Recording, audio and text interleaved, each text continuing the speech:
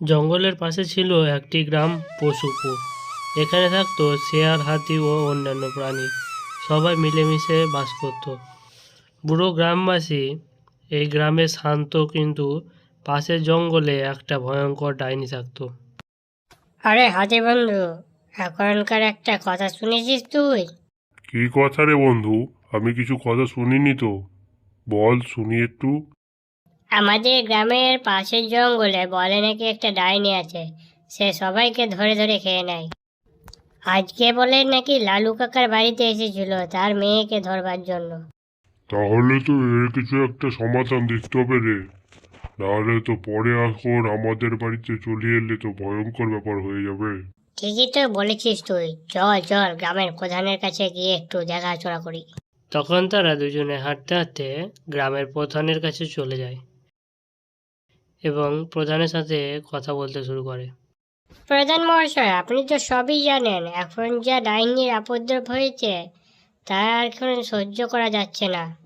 সেটা তো তুই খারাপ কথা বলিস নি, কিন্তু কি করা যাবে বল, সে তো একটা আত্মা, একটা ডাইনি।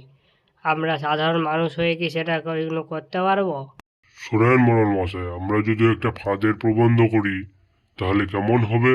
সেটা তো তুই খারাপ কথা বলিস নি, কিন্তু ফাঁদের জন্য রাখবি কি সেটা ভেবে দেখেছিস? আমরা যদি একটা ছাগল রাখি তাহলে কেমন হবে?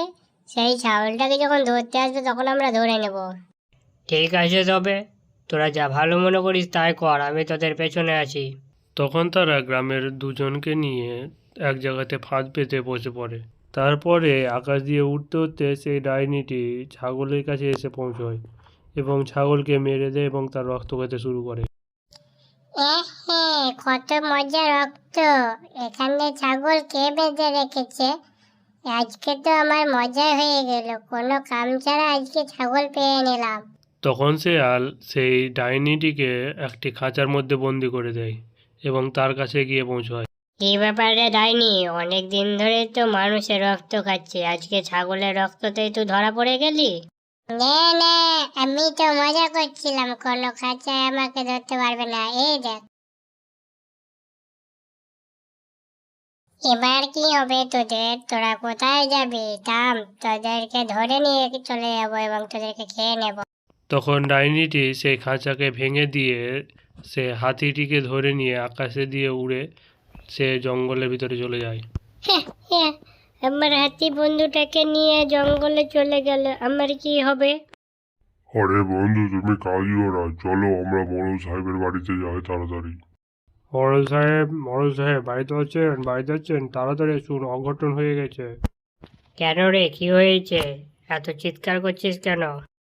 তখন তারা সেই কথাগুলো সব মোড়ল সাহেবকে জানিয়ে দেয় এবং মোড়ল সাহেব ঠিক করে, চল সবাই হাতে লাঠি নিয়ে জঙ্গলের ভিতরে যায়, তারপরে যা হবে দেখা যাবে।